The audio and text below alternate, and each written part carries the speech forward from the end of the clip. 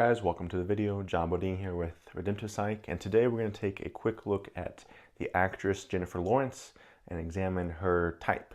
A couple quick announcements. I have typing available on my website if you guys want to work with me one-on-one to figure out your type, to explore mistyping. I've worked with several of you so far, and I've had really enjoyable sessions. We've got some clarity on your guys' type, a lot of mistypes, which is typical in this space, and it's been fun so far. So go to redemptivepsych.com if you guys want to get typed. Also on my website, I have an article, my first article examining George Washington, our first president, examining his personality type. I'll link that above if I can.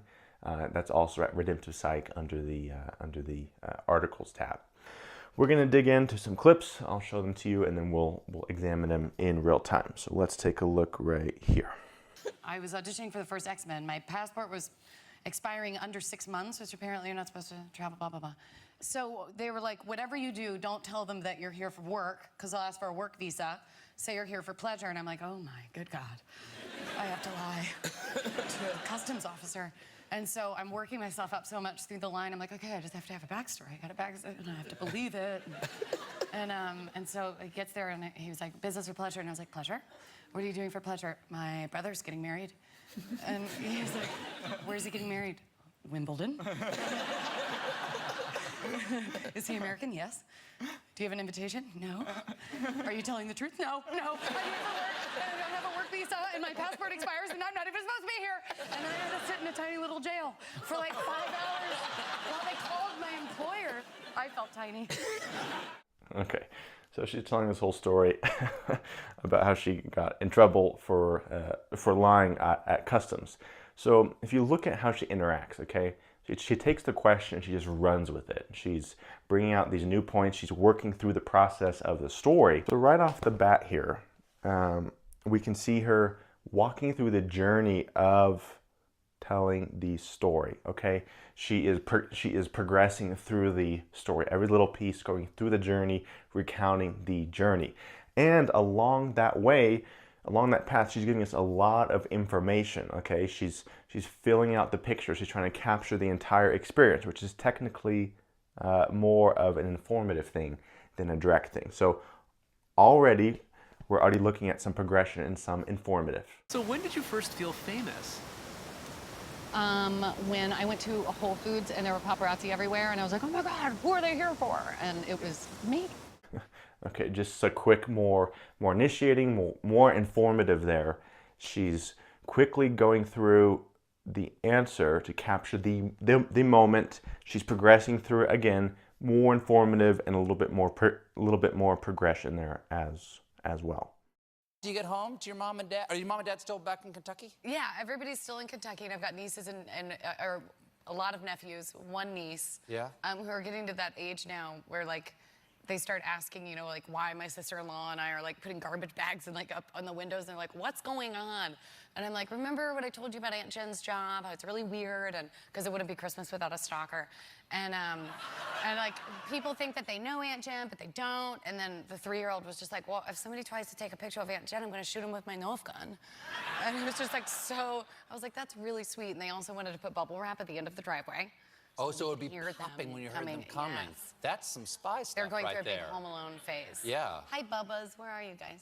Hi, Bear and Jake. Aunt Jen's drunk. So again, she's going through this process.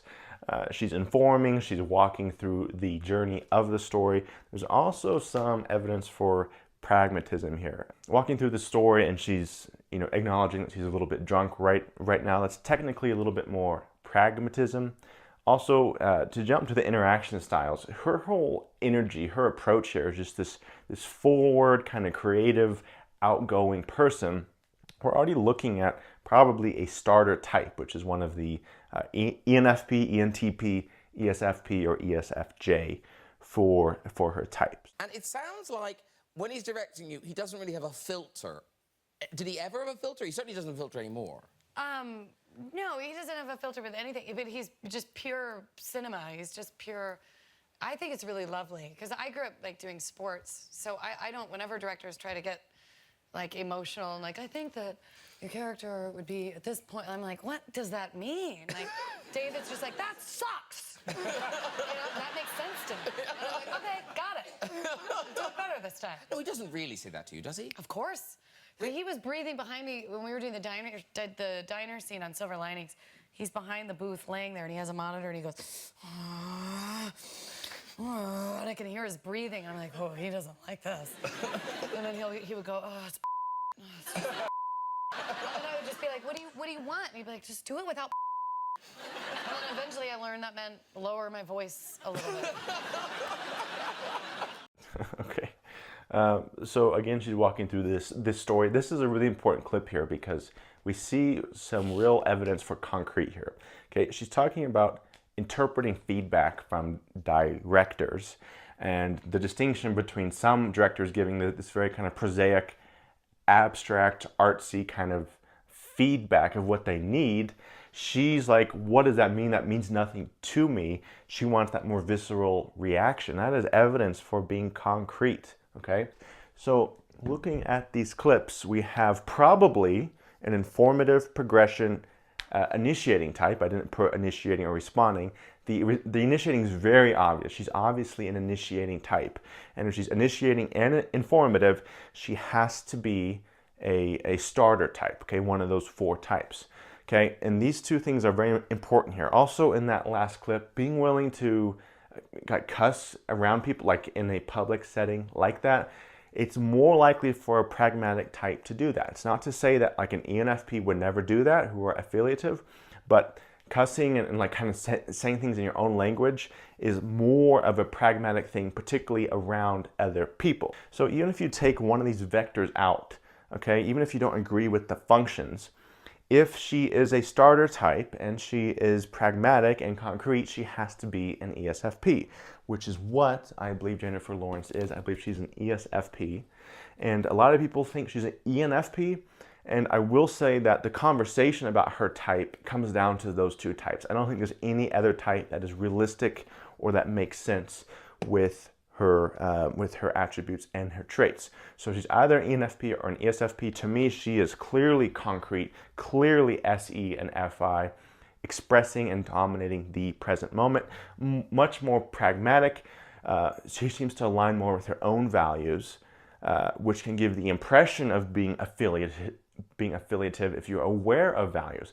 But remember that the SFPs, both with high FI, care about what they believe in, but they are still pragmatic about that. So she's an informative, progression, concrete, pragmatic starter type. Jennifer Lawrence, I believe, is an ESFP. All right, guys, thanks for stopping by. I hope you guys enjoyed, and I'll see you next time. Bye.